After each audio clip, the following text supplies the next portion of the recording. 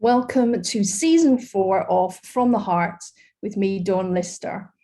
Today I'm joined by Ali Millar.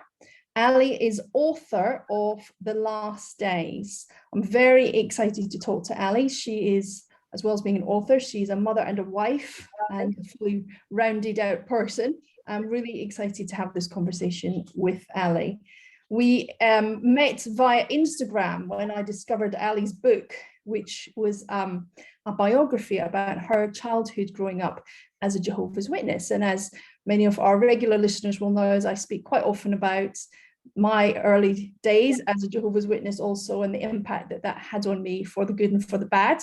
I was very, very excited to read the book and took it away on holiday and cried about 3 days solidly at this really powerful personal narrative, which I really highly recommend if you enjoy reading, or you have been involved in or are curious about cults and high control relationships or religions. This is one of the best books I have ever read. Very honest, very truthful. Thank you so much for writing it. Abby's book was listed in The Guardian as Book of the Year. She was also had a 6-page spread in the Sunday Times. She was highlighted in the Sunday Post. She was in the Scotsman's One to Watch book 2022, and she was Scottish Book Trust Book of the Month also. My goodness, you did really well. I knew when I read the book, Abby, that it was special. You have a gift as a writer and a storyteller, and I wasn't surprised by any of the accolades that you have received. So many, many congratulations. I know that the work that you have done and are continuing to do is going to be far-reaching and going to be so helpful to people that are leaving the Jehovah's Witness cult, and actually other cults also. So welcome. Thank you for having me. It's always quite strange to hear as someone else talking about your work when I've known it sort of in every incarnation and early drafts, and when I was tearing my hair out about how bad it was and would it ever get published. And so it's kind of nice to hear it presented in that way and to think, oh yes, actually I did do that. It's a strange out-of-body experience, I think. Yeah, I can imagine. It was as I read it, there were so many things that I resonated with. And interestingly, Ali and I grew up just a few miles from each other. So we were both from Edinburgh, and we were in 2 congregations not that far from each other. We were in something that was called a circuit. So we were within the same circuit. So Abby was in Waverley congregation, I believe, and I was in Muirhouse congregation. And you're a few years younger than me, so we didn't meet. I would imagine that by the time I had left, you were just starting to become aware of what was going on around you. But it's kind of weird when I saw your book and I saw that, you know, we'd grown up in the same area and had lots of the same reference points. It was even more. It resonated even more. Ali, I'm really grateful for lots of different things. One of the things, and maybe you can speak to this a little bit yourself as a kicking off point, is that growing up in the Jehovah's Witness religion, women weren't allowed a voice, and we were not allowed to stand on what was called a platform, or you say a pulpit might be another way of explaining it, and give teachings. We had to be humble and quiet and in subservience to the male figures around us. So it's been a bit of a struggle for me throughout my life, learning to speak up, kind of on the one hand desperately wanting to speak up and probably speaking up in ways that weren't helpful, and to find, you know, my own voice has been a challenge. And it's got to the point where now at 52 I'm finally being comfortable enough to hold a podcast on my own, for instance, and do things without somebody necessarily supporting me, because that imposter syndrome was so strong. So when I read your book and really felt the strength of your female power, it was really empowering to hear and liberating. Could you speak a little bit about what that was like for you, if you had a similar experience? I found the whole process of writing it very interesting, that process of learning how to draw something out of me learning how to draw the story out of me. So the first few drafts, I wrote it in second person. So I didn't use I, and part of the reason I didn't use I was because there wasn't an I until I left the religion. There was a you. I felt like I was watching myself all the time when I was growing up. And when you're part of a collective, there's a group think, there's a group mentality. I almost spoke in my internal voice in that way, and I wanted to bring that to the page, but a lot of publishers didn't like it because they felt that there was a barrier, and they were right. I was using that as a way of not actually fully inhabiting my voice as well. I think I was using that still as a way of hiding, even though I'd written the early manuscripts and early drafts. I was very terrified about the thought of it being published. I was really scared about the thought of actually telling this story, because as a witness, you're told that the one thing you can't do is make public what happens to you. So I was terrified of becoming what they call an apostate. I didn't want to be in that position.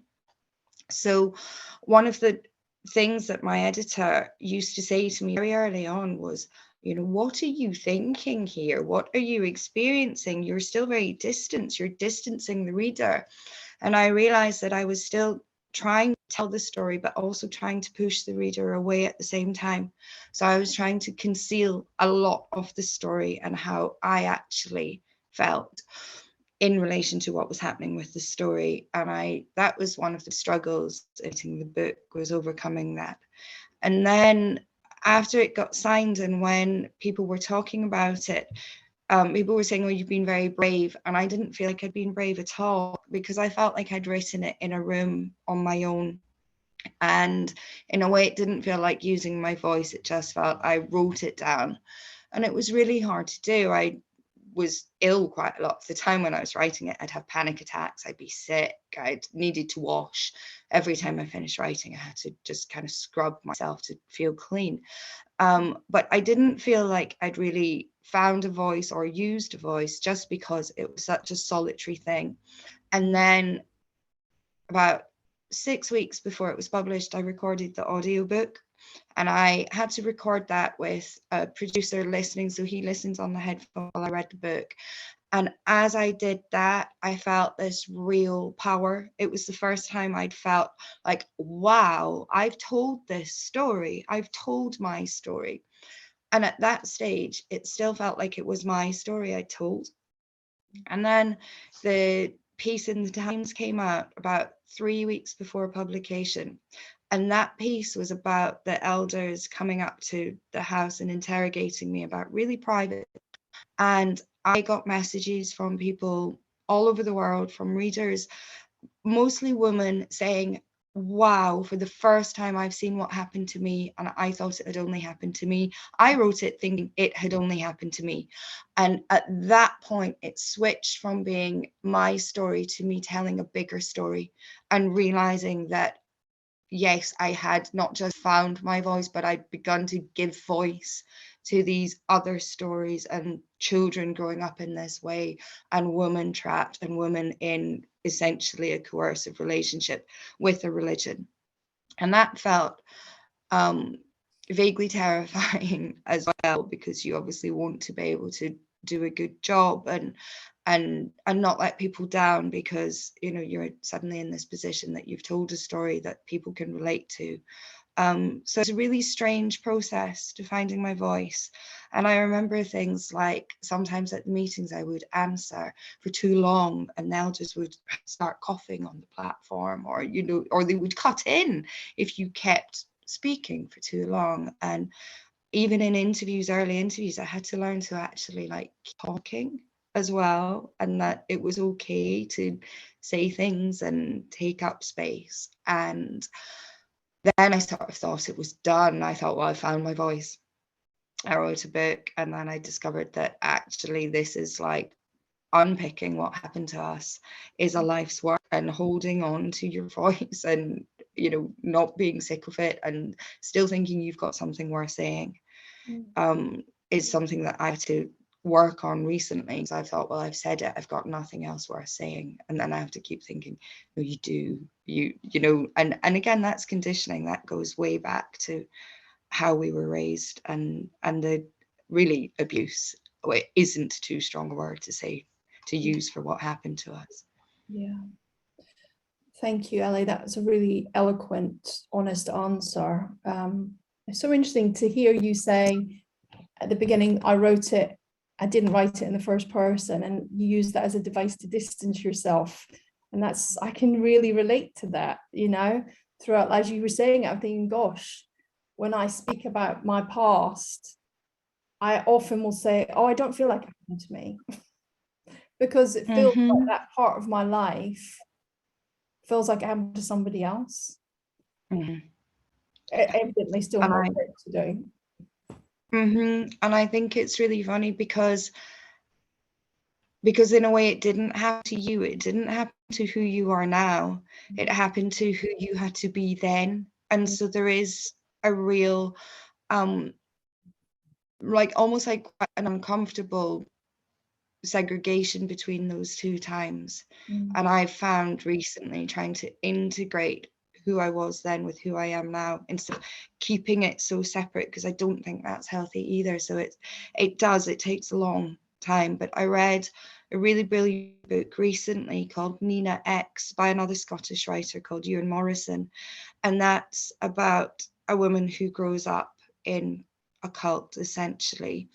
And the whole way through, she calls herself Nina. She doesn't use I, and she's not been allowed to use I. And anytime she writes I, she rubs it out. So on the page, it's actually like in grayscale. So it looks like she's erased it.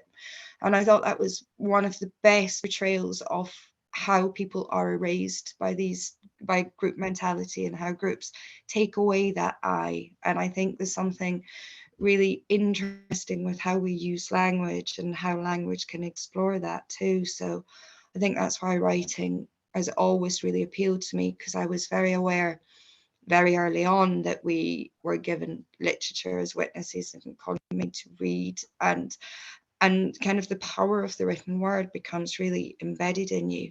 And I think that was perhaps another way of taking back a voice was, well, I will write something because I've always been told that's what's written down matters and is true and must be listened to. So I think that's definitely why I chose a book over any other form of activism or any other form of expression too. Thank you. Before we jump into some more conversation and questions, I would really love it if you would read the first section of your book, which kind of lays out kind of what it meant and means to be a Jehovah's Witness growing up, what our life was like, those first few pages, if you wouldn't mind. Absolutely. Now this, again, talking about language, is quite interesting because I wrote it as we, because I wanted to show how the group worked, and how it is to be part of that collective. Shall I just read the whole piece? Yes, please do. Thank you. Perfect. So it's called The World Within the World. It is 1982, and in the Kingdom Hall, we are Jehovah's Witnesses. Outside the Kingdom Hall is the world. We know the whole world is lying in the power of the wicked one, whose sole mission is to lead us away from Jehovah and his life-giving ways. The state of the world, where men become lovers of pleasure rather than of God, shows us the end is close, and Satan is like a roaring lion seeking to devour us. Our 5 things a week keep us safe, as does studying our Bible-based literature. Inside the Kingdom Hall, we are all brothers and sisters who speak the pure language. We are one happy family, part of the worldwide association of Christian brothers. We are here to receive Jehovah's instructions. We have a few simple beliefs, and these are not burdensome.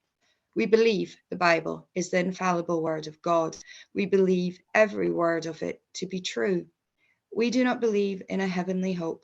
Instead, we believe Jehovah God has anointed 144,000 humans to serve at his side for eternity. Everyone who survives his coming judgment will live forever on earth. We do not believe in fire. Jehovah is a God of love.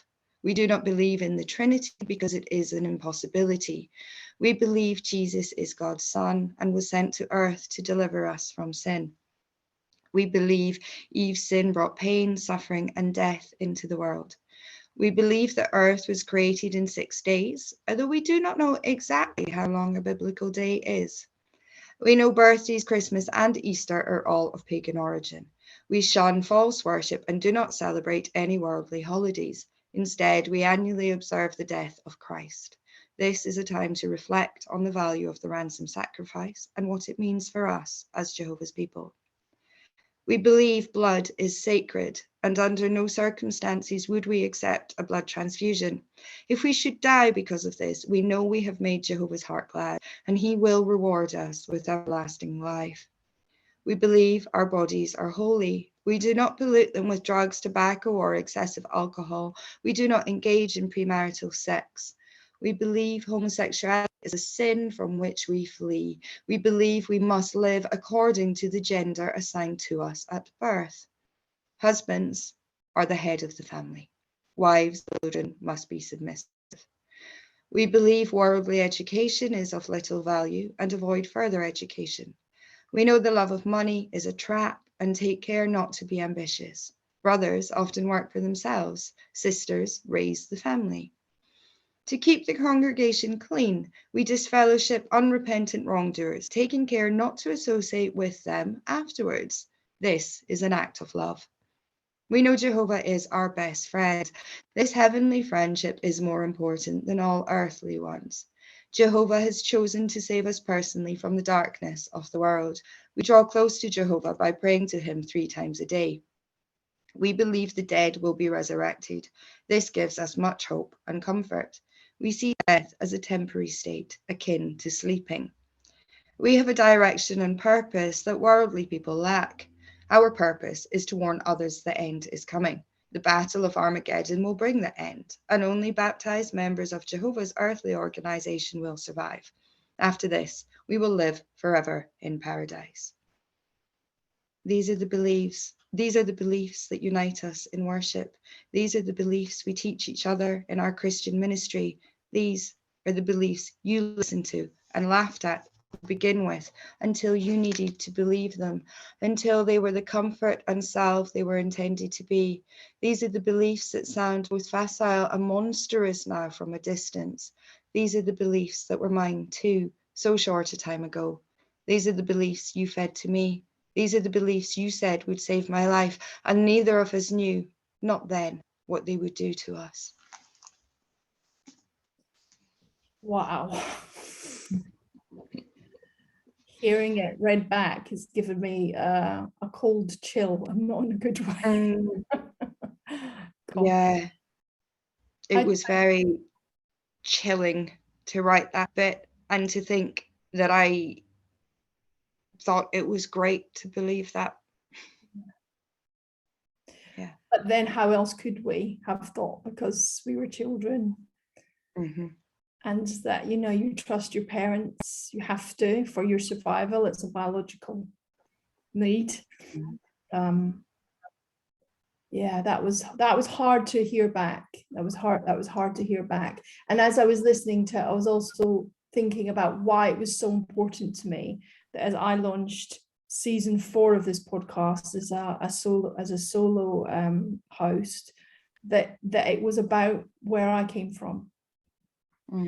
And you did such a wonderful job of explaining where we came from, and out of where we came from, although there's a huge amount of pain and loss and grief, there's also, it put me on a journey of growth, which, you know, we'll talk about that in a little while, you know, for you, what that was like for you, and it brought me to this point where I do the work that I do now, looking after other people, and working in a therapeutic way. When you think back now to, you know, your childhood, growing up in such a controlling environment, surrounded by fear, feeling isolated from the world around with you, what do you think that did to you? Could you speak to that in some way? I think it made me, whatever that means. And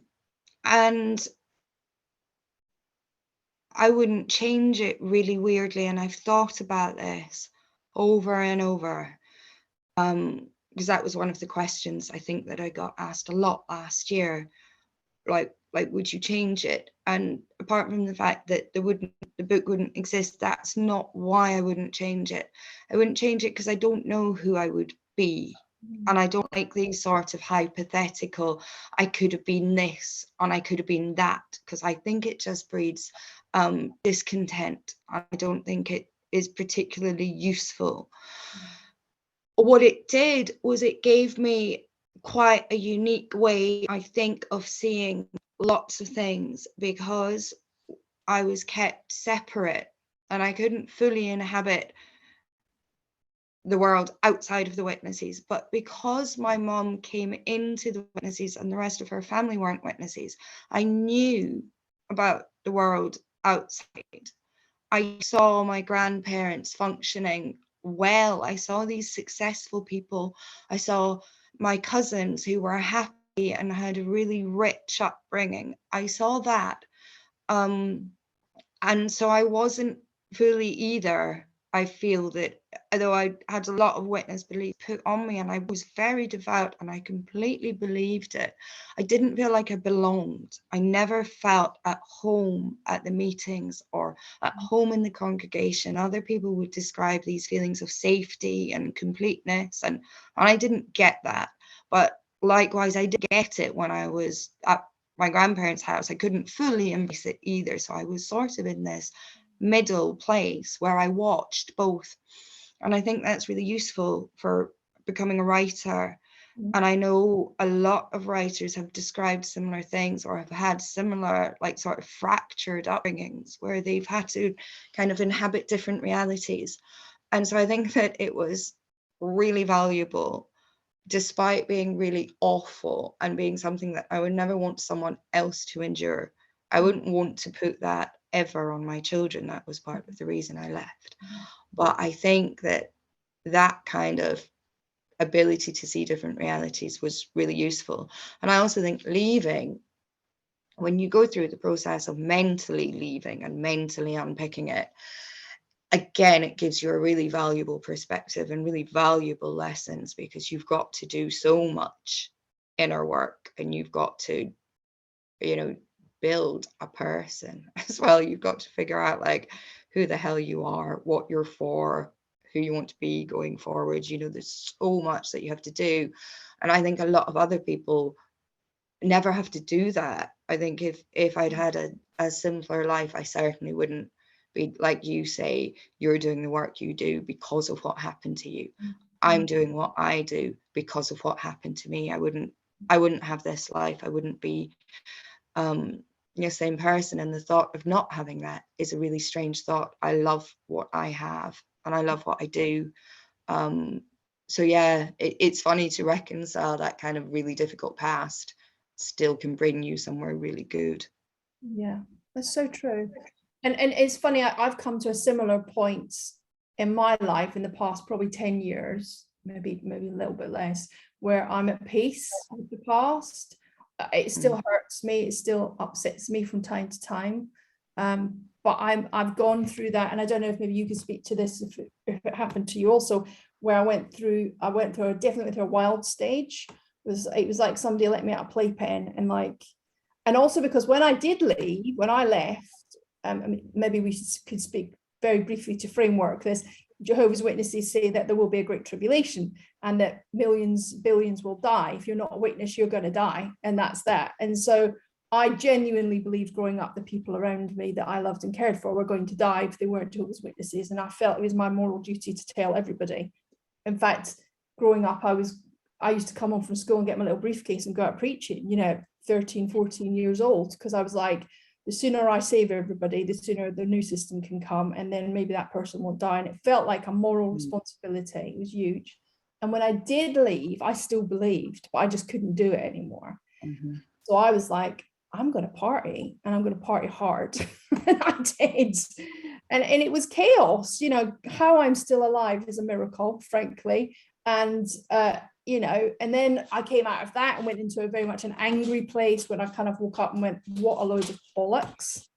what have I been fed? Why did they feed me that? You know, and then blaming my parents. And it took me a long time to get past the blaming the parents and saying that, well, they're in a cult and they've been brainwashed, and to get past that and forgive them. So I don't know what that was like for you. Did you have a similar curve or? Absolutely, very similar trajectory. I left, and I mean, I didn't have my daughter every second weekend, so those weekends were like, I just went out, I was with people. I also wanted to discover, because we'd obviously been told that worldly people were really bad, really sinful. So I sort of went looking for, like, to find out how sinful they were. And I was quite disappointed sometimes, because I was like, oh, it's not as bad. I thought it was going to be like uber rock and roll, and it was just a little bit rock and roll. It wasn't like what I was expecting. But I did have that sort of like, better make the most of it, because it's not going to last for long stage as well. Because I was the same as you when I left. I still believed that the end was coming. I didn't believe they were God's chosen organization, because I didn't think they were very nice and I'd been treated really badly. But other than that, I was like, maybe Armageddon's coming. I did believe that bit, and that took the longest to unpick. And then I went through the angry stage when I discovered that the organization is much more a business entity than a religion that's just manipulating people and using people and controlling people. When I discovered that bit, I was really cross. And when I started writing the book, I was quite cross as well. Anger was the prevailing emotion that I felt. And then I just got really sad, and I felt sad for a long time. But writing the book took away the anger, and I'm not angry about it now, and I'm not sad about it. I really miss my mom. That's the thing, that having that sort of living death and experiencing a living grief is an absolute horror that nobody should ever have to be subjected to.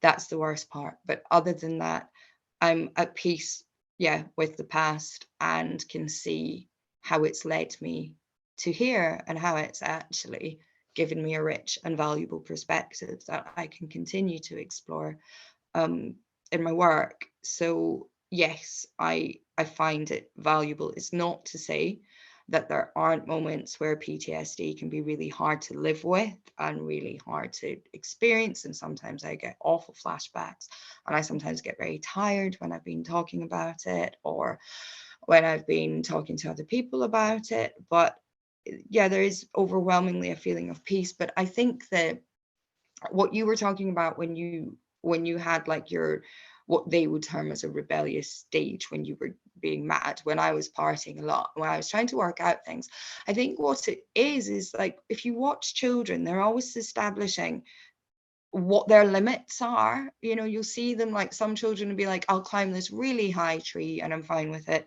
Other children are on the low log, kind of staggering along. And I think that was partly what I was trying to do. I was trying to find my limits, my moral limits, my what am I happy with and what am I unhappy with? Where do I feel safe? I had to make myself feel unsafe to learn where my safety was, all that way of learning that is forbidden to you as well when you grow up in that setting, because we weren't allowed to explore our sexuality or drugs or our relationship with alcohol, or all of that was forbidden. And because it was all forbidden, we couldn't find our own level either. So I had to go through quite an extended process of finding like what I was happy with and what I wasn't happy with, and what I could accept and what I couldn't accept, even in terms of like culture as well, books, film, everything, because that also was kind of off limits.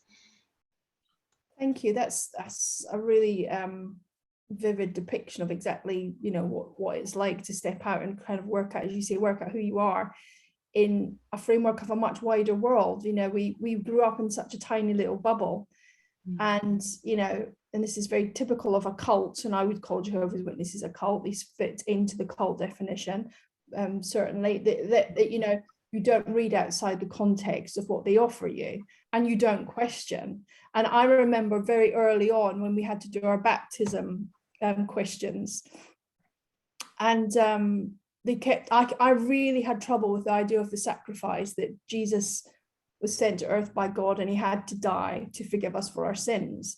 And I remember, my baptism being delayed for quite a while because I kept saying, but if God's so powerful, why can't he just forgive us anyway? Like, it's not our fault we're born into sin, surely. And in the end, I had to just pretend, because I so badly wanted to be baptized to be in the club, that I got it. And I never got it because it just didn't make any comment. It didn't make any sense to me, but we weren't allowed to question. And one of the things I was constantly pulled up on was, you're too questioning.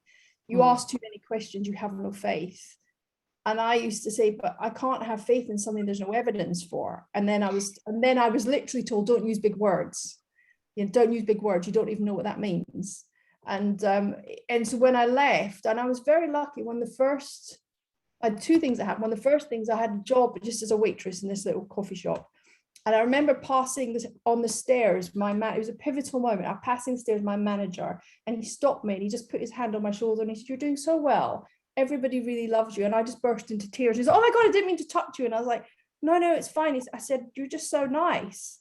And I didn't tell him why I was upset, but I was upset because for the first time in my life, I'd been in contact with worldly people, in inverted commas, who weren't around me because my parents was there and we happened to be on holiday or something. I was on my own as a human being, and they were lovely, and they were much nicer than the witnesses I'd ever encountered. And it really threw my head into a spin because I didn't know what to do with that. And that was the beginning of my unraveling. I should go back and thank him if he's still alive. And then later on, when my 19, I moved to London and I became a nanny to a wonderful family. And actually they're in publishing. They're both in publishing. One's a publisher for Random House and the other one was a literary agent. And they questioned everything. And the conversations I had with them, when we spoke about anything, they'd say, yeah, but why? And where's your evidence? And have you read this? And they put books in front of me. And I literally inhaled for 3 or 4 years everything I could read. I read novels and I read philosophy and I read Plato and I read, you name it, I read it. I read everything, and I wanted to, and I had the opportunity to talk to people that made it okay to question. And throughout life, that's been a theme for me. I question everything, but I still have had, until recent years, a fear around pushing back. I don't know if that was something that was similar for you. Did you find it hard to sort of stand your ground and say, well, I have a different opinion and these are the reasons why? Or was that something, did you hold on to that black and white thinking, I guess I'm asking? So in terms of black and white thinking, definitely not. I struggled as a child as well to see everything black and white. It didn't come naturally to me. And then as a teenager, I was very anorexic and was for quite a long time. And I think that was my way of not having to question. It was my way of like stopping my thoughts, because I didn't think about God. I literally thought about food and exercise and thinness. And that was all that just occupied me for the best part of a decade. And I think weirdly, that was sort of my way of staying safe. It was definitely my way of staying a witness. Otherwise, I would have started to ask the questions. Then when I left, I did very similar. So I left and enrolled quite early on in an MA in creative writing. So I arrived at the university, and I still remember like the students were talking about arcs, and I literally thought that was like what no one went in. I didn't realize they were talking about character arcs, and I'd been really good. I'd been a really devout witness. I hadn't like read any philosophy. I hadn't read anything like that. I'd read bits of like Camus, and I'd read novels that I shouldn't read, but I hadn't read like any theory or like anything like that. And encountering that for the first time was incredible. I just had just filled myself up, just read everything, learned to question everything. Like you say, where's the evidence for that? How do we back this up? And not just blindly believing, and not just making blind statements either. But it took me a long time to be able to say, no, I don't believe that, or I think. And I think part of that was that when I left, I saw everyone else, because I was nearly 30 when I left. So it had been a long time And I saw everyone else on the outside as having much more, as knowing much more than me. And they did. They had much more experience of culture. They'd had much more exposure. They'd seen a lot more. And I weirdly still struggle with what I'm working on just now. I've struggled with kind of like saying, I think this, and actually like putting down opinions, saying, I think this based on X, Y, or this is an observation I've made about this piece of art or this film. And I find that's quite funny that I'm not only now at the stage of going, oh, I think I know enough to be able to state an opinion, or to like not think I'm going to get in trouble if I state my own mind. I always, for quite a long time, I still hold on to that I'm going to get in trouble if feeling as well. But I'm definitely, it was funny recently, someone professionally called me uncompromising. And I was like, no, I'm not. I compromise at everything.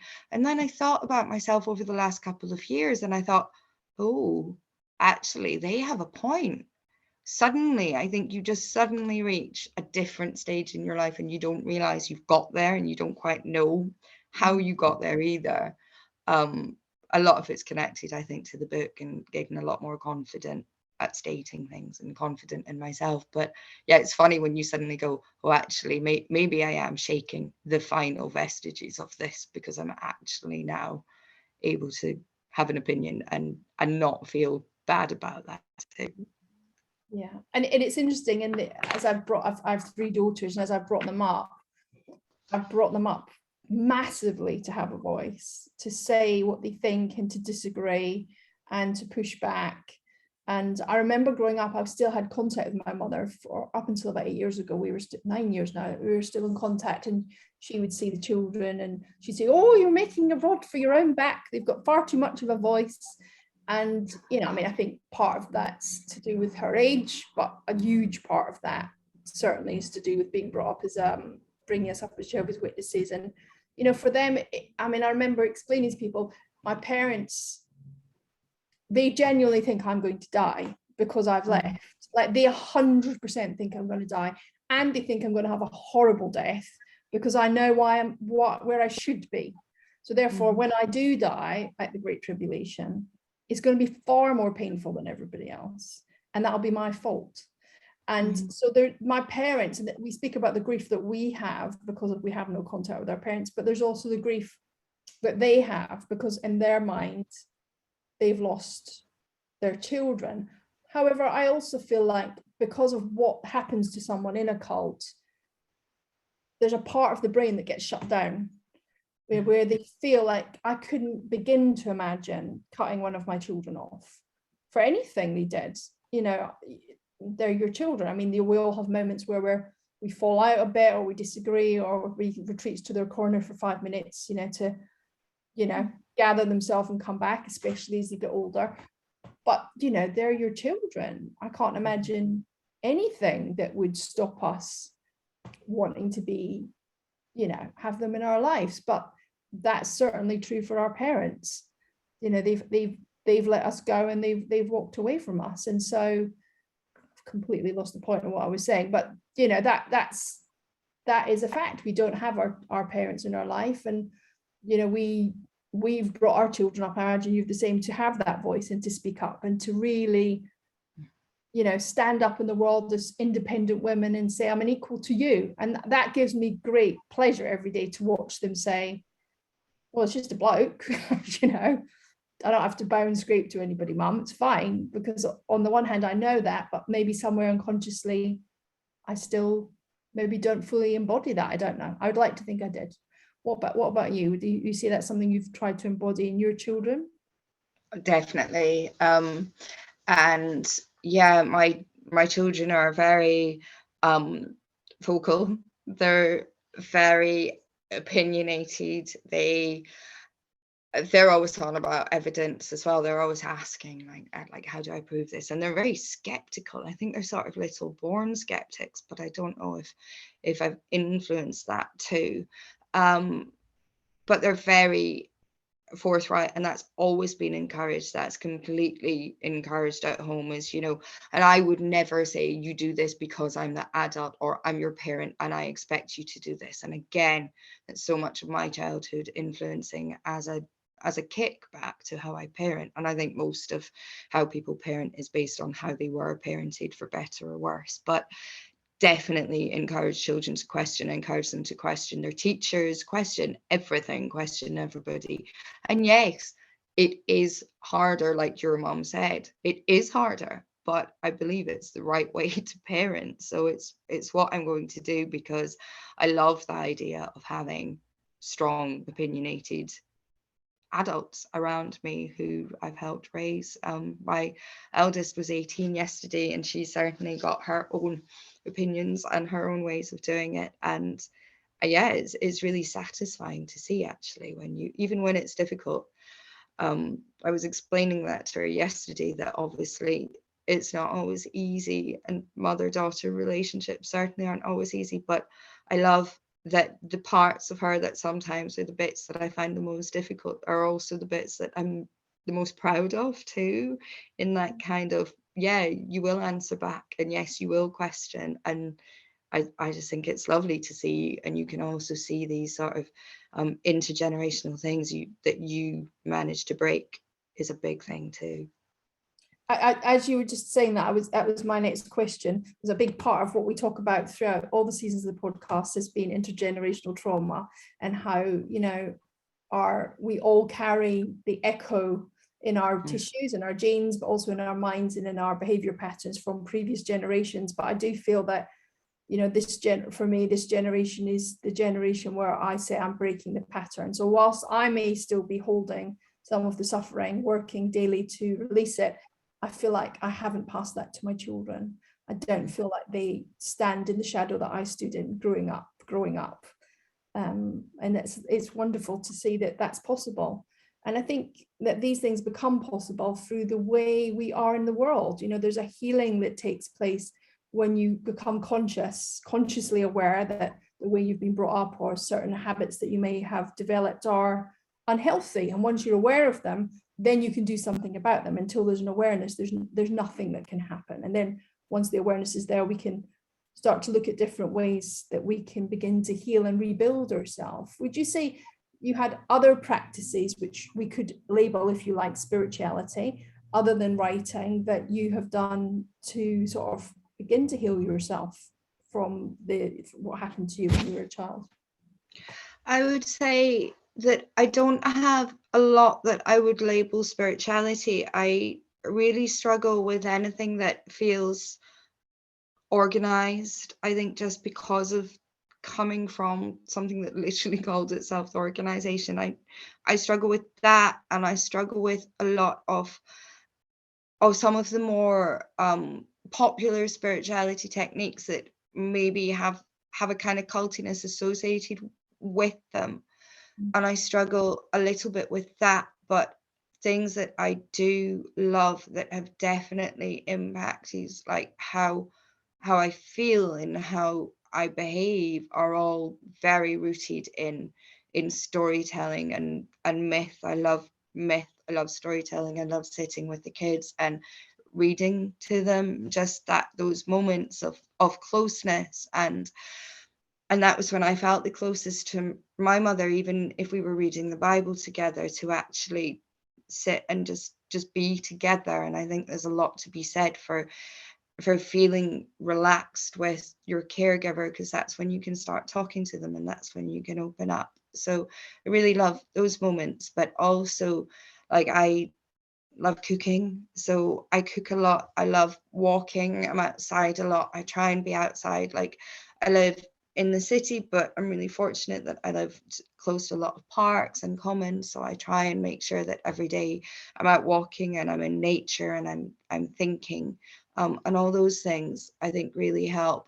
I'm actually writing at the moment at the very beginnings of what might go on to be a book, but I'm writing about art and how viewing art and visual art and culture has in many ways become my new god and has replaced things. And really, I get a lot from shared culture. And I think that what that offers, and what spirituality offers, or what any kind of belief system offers, is that feeling of belonging to something, and the feeling of something that's bigger than you, that will outlive you and outlast you as well, that you can find some kind of meaning in.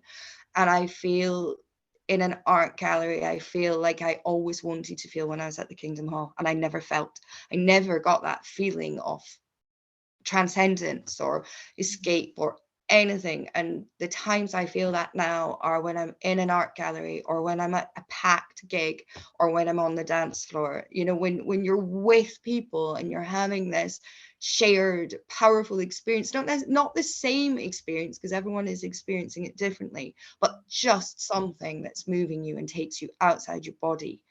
And those are things that I do with the kids as well. They're always taken to art galleries, and they're always taken to films, and I take them to all these things. We watch films at home. I've been going through a big Bergman phase, and the 10-year-old has been watching them with me, and we talk about it, and yeah, all of that I think is definitely where I get my meaning. And I think that that's the most important thing, that we learn how to make meaning to life, essentially.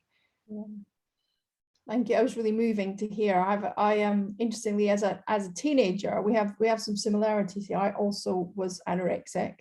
I think it's not uncommon amongst young women in the Jehovah's Witness faith, and carried on with an eating disorder until I was in my early 30s. I would say I'm cured now. I love myself more than the need to control. But also as a teenager, I was very solitary. I didn't really fit in with any of the other Witness kids. So I think we were quite poor, and I mean more poor than the average poor person. And I just didn't really have any conversation outside of church. And a lot of the so-called friends in the church, they were a bit more rebellious. I was too scared to be. So I took myself to art galleries all the time. I used to get on the bus and I'd go to the National Gallery at the bottom of the I think it's called the Mound, can't remember, it's been a while, in Edinburgh on Princes Street, and I would be there for hours, and I'd just sit in front of various paintings, and that's that thing, it's almost like you disappear and you become the viewer within that painting. And whenever I go back to Edinburgh now, which sadly isn't very often, but I make a point of going back to the National Gallery. And where's your favorite gallery now? Where do you like to visit? I spent a lot of time in the last 2 years at the Tate Modern. It's really easy for me to get to, and I love it there. I love IKB 79, which is the Yves Klein blue painting. I got quite obsessed with that when I was working on the last days, and when I needed to feel better after intense periods of being in the past, I would just go and look, like you say, I would just go and look at that painting. I would just stand in front of it, and just every time I went, it looked a different shade of blue as well, which I found amazing. Some days it felt really powerful, and I could almost like feel it from the next room pulling me there.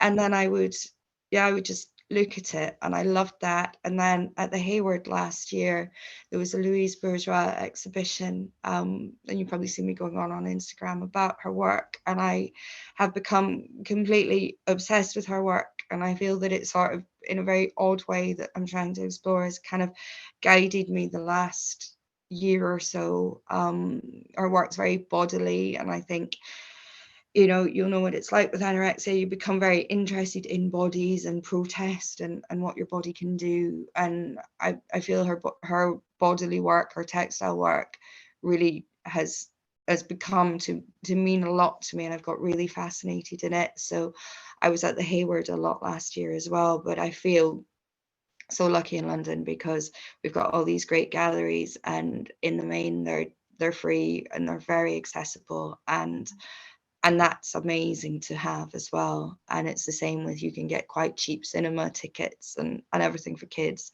so that's lovely. But yeah, I would say that's probably become my new religion, as well as books. Writing is a massive part of staying well, not just of recovering, but of having a sense of community as well. Yeah, thank you. I think it's important for our listeners. I'd love to share, if you are somebody that's, experienced being in a cult, and there's many cults, within, it doesn't have to just be a religion, it could be within the yoga tradition, within the Buddhist tradition. There are many high control religions or so-called well-being places, where actually they're run by people who want to control you and get you to behave in a certain way. And when I left the faith, I spent many years looking for a new one. And I just felt like I was floating. I didn't know where to put myself. I never felt safe. So I kind of got heavily involved in Buddhism, and then I became part of the Anglican Church for a while, and then I kind of moved into another Buddhist tradition, and in the end and it took a long time. I let it all go and kind of looked for the practices that sustained me without having the need to be part of something that had rules and structure. That I learned to trust myself, that I could create those rules and structure for myself, and that I had a moral compass that didn't need somebody else to tell me where I began and end.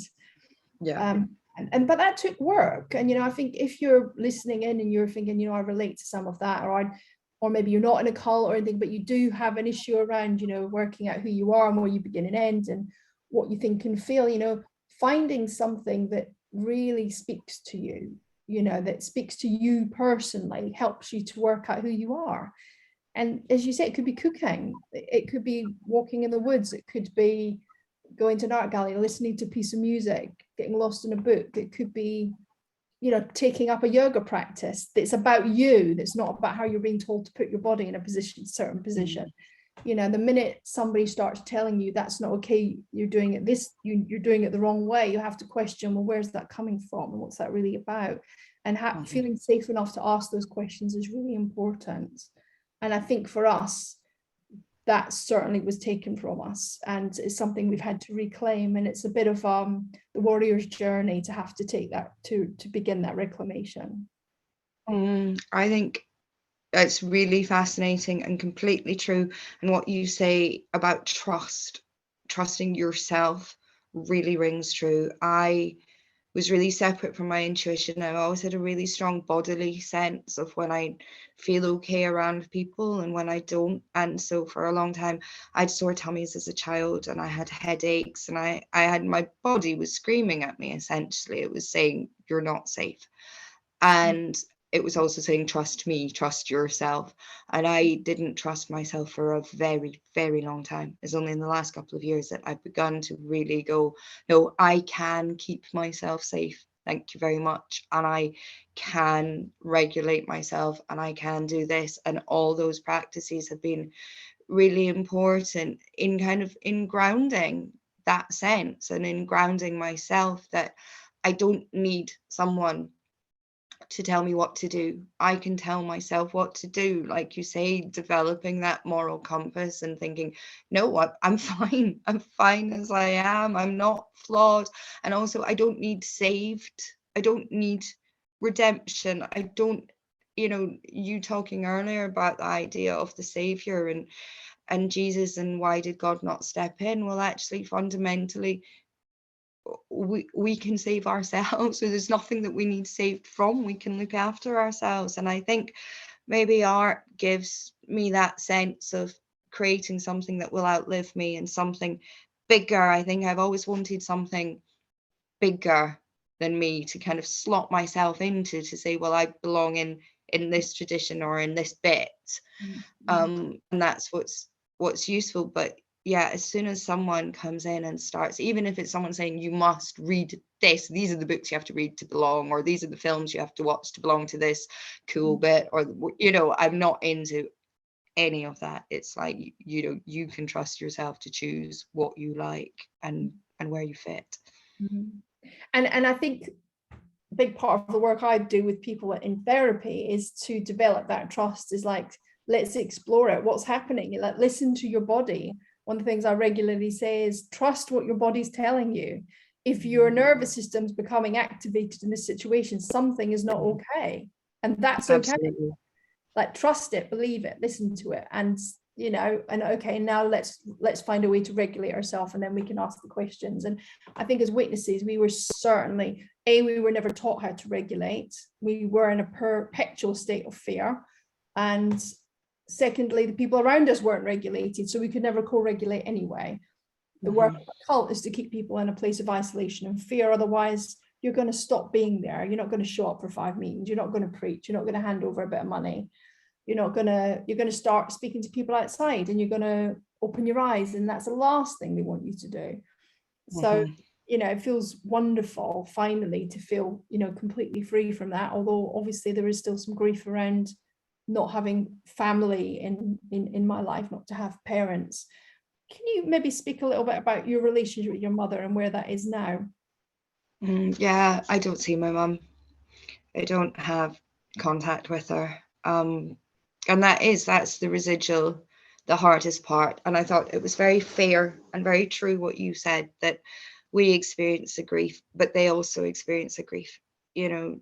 And I think that was where initially quite a lot of my anger came from, not anger towards my mother, but anger towards the organization, that they had stolen me from her and stolen her years of being a grandmother and knowing her grandchildren. And, you know, my mother's mother, my granny, was a brilliant grandmother and such an important relationship for me, and thinking my children don't have that with her has been a really difficult thing to come to terms with. So I find that very hard. And it is hard to know that, you know, it must be very hard for her to see that I've written a book about it and I've done the unforgivable thing. I've spoken out. And that was really hard while I was writing the book as well. That was a hard thing to balance, knowing that it would be difficult for her, but I had to balance that with thinking the people that I could benefit and who it would help as well. So yeah, I don't see her, and it's very difficult. It's really hard. We were close when I was growing up. You know, she was a single mom, and after my sister left home, it was just me and her at home as well. And although there were difficult things, there was obviously really great things too. And there's a lot that I miss, and it's taken until recently for me to be able to talk about the good bits to the kids, because I didn't know like what to pass on and what not to pass on. I was almost afraid to do the good things that she did as well. So like she cooked with me and baked with me and those kind of things. And I was always quite afraid to cook with the kids or to bake with them. And I realized that that was connected with the loss of her. I haven't sewn for years. She taught me to sew, and I love sewing. And very recently I got thread and fabric out again and started to sew, because I thought there's bits of her that I don't want to lose as well. But it becomes really complicated, I think. Well, I don't even think it is complicated, isn't it? It's so complicated. It's such a, it's in the world of mindfulness, which is a big part of my personal practice. We speak about, you know, everything's in a big circle or globe, and within the globe there's dark bits and there's light bits, and we can choose where the two things can exist at the same time. And I think part of being brought up in a cult situation is that it's hard to see that it's either one or the other, it's good or bad. And it took me a long time to get to the place where to say there was good there. And I was, funnily enough, I was on a road trip with two of my girls and my granddaughter this weekend, and on the way back they were talking about, did you have nice holidays, Mum? And I said, well, we didn't really have many because we didn't have much money. People didn't often back then, and we were skint. I said, but I do remember going to a caravan, and I remember it always being raining, but it being fun, and that we ate lots of cake, and we used to climb this hill every year. This Blair Athol is a lovely, listeners, if you're ever there, go to Blair Athol to do the walk up. The waterfall is beautiful. And then I said, but on the other hand, we still had to go to church. So we had to go to Pitlochry Church because my dad wanted to make a good impression, because he wanted to be asked to come and speak there, and he wanted to be something in inverted commas in the church. So there was always an offset. But yeah, there were happy times, and for a long time I felt like I didn't want to acknowledge that there were, because it was like, you were just awful, you were horrible to me, you did X, Y, and Z. But actually I don't feel like that now. I feel like they did what they felt was right based on their experiences and their childhoods, both of my parents, very traumatic, extremely traumatic childhoods.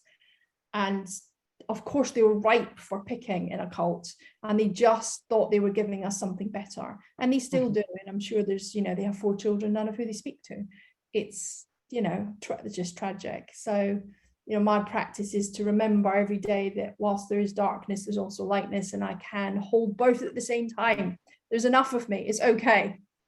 Exactly. And that comes back to learning to trust yourself and realizing that you're complete as a person as well. You don't need to see the world anymore in these binary terms either.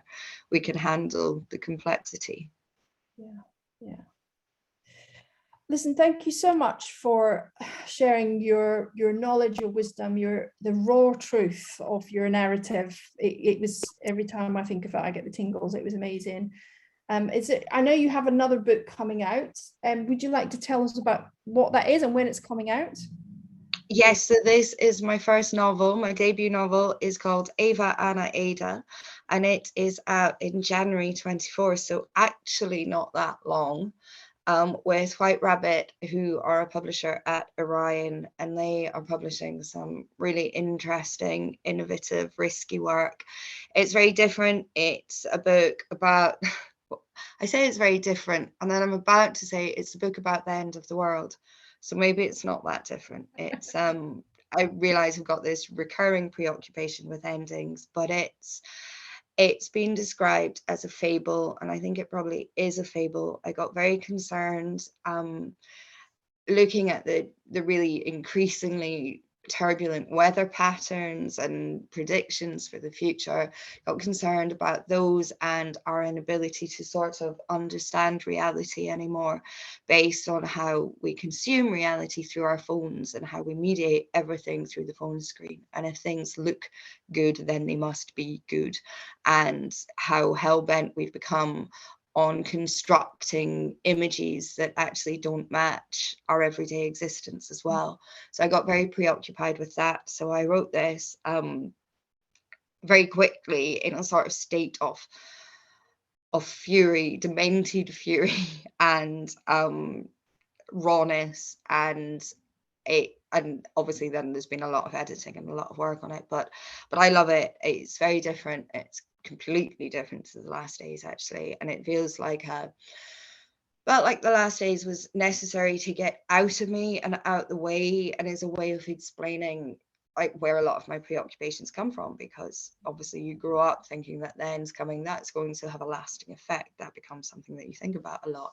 We grew up thinking about images and all these things. So I wanted to get The Last Days out the way, and then I always wanted to write a novel afterwards. So that's been great. It's been really satisfying to work on. I signed off on it last week, so it's now out the way and over to other people to do publicity and cover and everything else. But yeah, I'm really looking forward to it.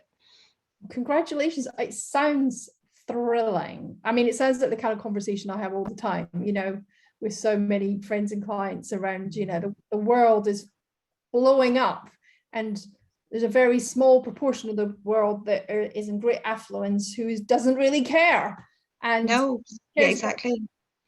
People are dying and losing their homes and losing their livelihoods just so we can continue to feed the capitalists agenda that a tiny little proportion of the world is going to benefit from, and somehow we carry on being participant in it. And that's, you know, that's me being honest. I'm participant in it in some ways. I try not to be, but I fail regularly, as many of us do, and it's really hard not to. Yeah, that was completely that sort of knowledge that our lives are predicated on other people's suffering. And I wanted to find a way of talking about how complicit we are and how horrific we've become in the Western world as well. Yeah, there was a lot of those kind of thoughts that informed it. And yeah, I wanted to write something that was always serious and was looking at that seriously. So hopefully it works. Hopefully I've succeeded, but we'll wait and see. Remind us the name. The name of the book is Eva Anna Ada. Eva Anna Ada, people, with White. What was the publisher called? White Rabbit. White, like from Alice in Wonderland. Let's buy it. Let's buy it. Let's buy it. Let's read it. It'll be a great holiday read over the January thing. It's be great in January, and then come back and talk to us about it. It'll be a really interesting conversation. I'd love to. Yeah, definitely. Listen, it's been so wonderful to meet you finally after many Instagram conversations, and to have this really rich conversation. It's nice to be able to talk to someone who's been there, who's had that lived experience, and who's come out the other end sane, happy, and has made, you know, a real life for yourself, and shining a light for others. Maybe, you know, just people listening and people reading your book will know that actually I can do it. I can break free, and I can be okay. You know, I see an ending as a doorway also. You know, when something ends, there's such vast opportunity for something else to happen. Absolutely. I think an ending is really only a beginning, so long as you can embrace that. Yeah. Okay. Thank you, everyone. Thank you to our listeners. Please do take a moment to leave a review. I hate it when people say that, but we have to say it. We have to say it because when you leave a review, we get pushed up the ranking, and then more people get to hear these wonderful, rich conversations. Leave a review, leave a comment. Maybe tell us about your experiences of cults, maybe or high control relationships that you've witnessed or been in or escaped from. I'd love to hear your thoughts. And buy Ali's book. Buy it for yourself, buy it for your friends, share it around, read it in your book club. I highly recommend it. Thank you for today. Have a wonderful rest of your day, and thank you for listening.